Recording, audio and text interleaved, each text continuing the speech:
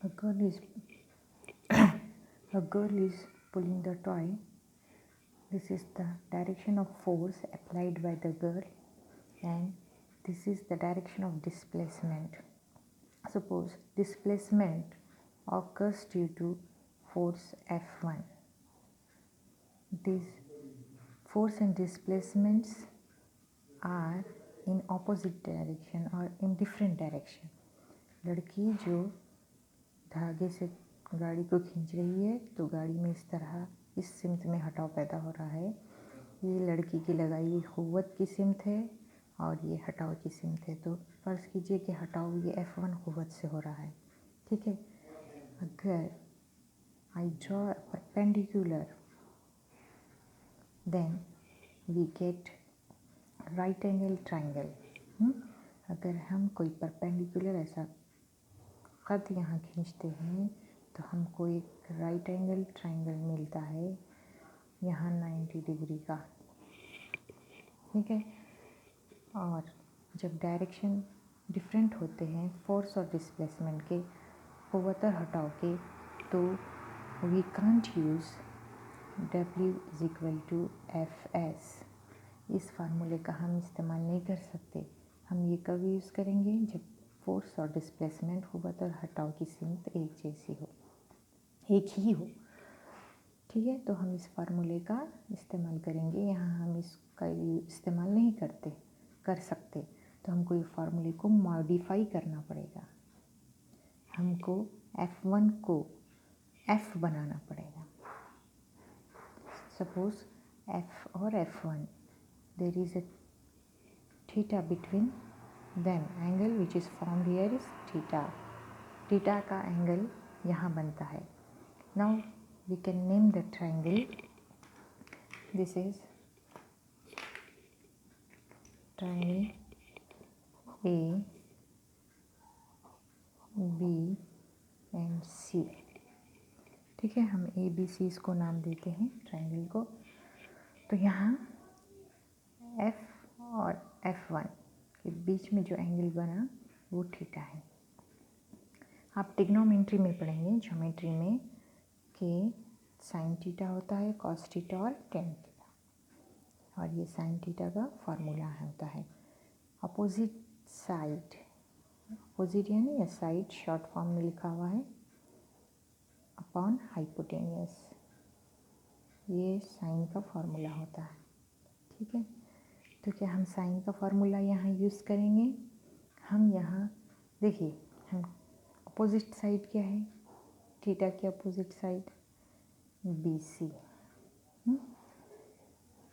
Upon hypotenuse क्या है, ये हाइपोटेनियस होता है 90 के अपोजिट वाला साइड हाइपोटेनियस होता है AC, ठीक है। तो हमारा थीटा यहाँ बन रहा क्या, हमारा जो एंगल है थीटा वो कहाँ बन रहा, यहाँ बन रहा क्या थीटा? नहीं। तो हम ये साइन का फार्मूला यूज़ करेंगे क्या? नहीं करेंगे। थीटा कहाँ बन रहा है, यहाँ बन रहा है, ठीक है। F और F1 के बिटवीन F है और एंड F1। तो कॉस थीटा का फार्मूला क्या है, adjacent side upon hypotenuse. Theta के साथ वाली कॉस थीटा, थीटा के साथ वाली साइड एडजेसेंट साइड क्या होगी, AB, बराबर है, अपॉन हाइपोटेनियस AC। ये मतलब यहाँ जो थीटा है वो कौन सा है, कॉस। क्यों? क्योंकि थीटा F और F1 के बीच में बना, तो अपोजिट उसके एडजेसेंट साइड, उसके साथ वाला जो ज़िला है वो है AB। तो हमको हमारा थीटा कौन सा है, कॉस थीटा है, टेन थीटा भी नहीं है। टेन थीटा का फार्मूला क्या है, अपोजिट साइड, थीटा की अपोजिट साइड कौन सी है, BC, और अपॉन एडजेसेंट साइड AB। ये टेन थीटा हमारा नहीं बना, यहाँ इधर बना क्या, नहीं। तो थीटा यहाँ बना, इसलिए हमारा थीटा है कॉस थीटा। तो अब हम लिखेंगे W F cos theta into S, क्योंकि डायरेक्शन एफ और एस की डिफरेंट है, इसलिए हमको लिखना पड़ेगा W is equal to F cos theta S. इसको हम इस तरह से भी लिख सकते हैं, W is equal to F S cos theta. समझ गए। दूसरी बात यह है कि थीटा के अलग अलग वैल्यूज़ होते हैं। साइन थीटा के कॉस थीटा के अलग अलग वैल्यूज़ होते हैं, ज्योमेट्री की बुक में आपको मिलेंगे। हम यहाँ एक वैल्यू रख के मालूम कर सकते। सपोज़ ये जो थीटा हमारा बना वो कितने का है, 40 डिग्री का है। यहाँ जो थीटा हमारा बना वो कितने का है, सपोज़ 40 का है। तो थीटा 40 है तो कॉस थीटा कितने का होगा, इसकी वैल्यू क्या होती है, आपके बुक में दी हुई होती है। थीटा 40 है तो कॉस की वैल्यू होती है 1/16। तो वे सपोज़ ये जो फोर्स यहाँ है हमने लगाई न्यूटन, तो डिस्प्लेसमेंट जो हुआ यहाँ पे सपोज़ वो हुआ 4 मीटर्स का। ठीक है, 4 मीटर्स का डिस्प्लेसमेंट हुआ तो हमारे पास एफ़ की वैल्यू क्या है, 2 न्यूटन। डिस्प्लेसमेंट हमने कितना लिया, 4 मीटर का। हमारी थीटा की वैल्यू कितनी है, 40, और हमारा थीटा है कॉस थीटा। तो थीटा 40 होगा तो कॉस कितना होगा, 1/16। ये ट्रिग्नोमेट्री की बुक से वैल्यू आपको मिल जाते हैं। अब इसको सॉल्व करिए, 4 1 ज़ा 4, 4 4 ज़ा 16।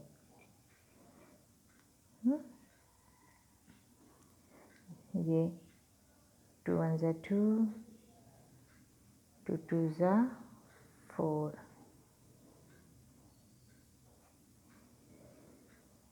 आपको इस तरह से वैल्यूज़ आपको मिलते जाएंगे। ठीक है, आप इसको कैलकुलेट करेंगे, आपका जो भी आंसर आएगा ये आएगा 1/2, है ना। ये कितना हो गया, 1/2। 2 से 1 को मल्टीप्लाई करिए, कितना आएगा, 0.5 जूल। वर्क डन कितना है, 0.5 जूल। समझ में आया। इस तरह से हम वर्क डन मालूम कर सकते हैं। अब यहाँ देखो, नीचे आपको जो टेबल दिया गया है उसमें पॉजिटिव, नेगेटिव और ज़ीरो वर्क दिया गया है। तो उसके लिए याद रखो, पॉजिटिव वर्क कब होता है, जब फोर्स और एंड डिस्प्लेसमेंट, कुव्वत और हटाव दोनों एक ही सिमत में होते हैं तो वर्क डन क्या होता है, पॉजिटिव। समझो ये फोर्स थी और ये क्या है, डिस्प्लेसमेंट है, दोनों एक ही डायरेक्शन में होते हैं तो वर्क डन पॉजिटिव होता है। जैसे ये ऑब्जेक्ट है, I apply force, this causes displacement in it in the direction of force. हम जिस सिमत में कुव्वत लगा रहे हैं उसी सिमत में डिस्प्लेसमेंट हो रहा, तो वर्क डन पॉजिटिव होगा। क्यों वर्क डन पॉजिटिव होगा, क्योंकि दोनों के बीच में जो थीटा है वो ज़ीरो है।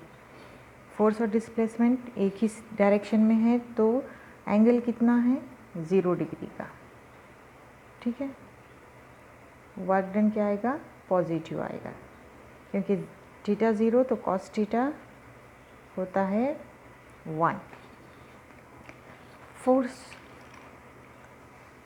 वर्क डन निगेटिव या ज़ीरो कब होगा, वर्क डन ज़ीरो कब होगा, किया गया काम ज़ीरो कब होगा, जब फोर्स की डायरेक्शन, ये समझो ये फोर्स की डायरेक्शन है, ये फोर्स है, आप इस तरह से लगा रहे हैं, और डिस्प्लेसमेंट दोनों के बीच में 90 का अगर एंगल बनता है तो वर्क डन ज़ीरो होगा, क्योंकि थीटा 90 तो कॉस 90 इज इक्वल टू 0। और अगर फोर्स की ये डायरेक्शन है और डिस्प्लेसमेंट उसके ऑपोजिट डायरेक्शन में है, दोनों के बीच में 180 का एंगल बनता है, तो वर्क डन निगेटिव होगा, क्योंकि थीटा 180 तो कॉस थीटा -1 होगा। ठीक है।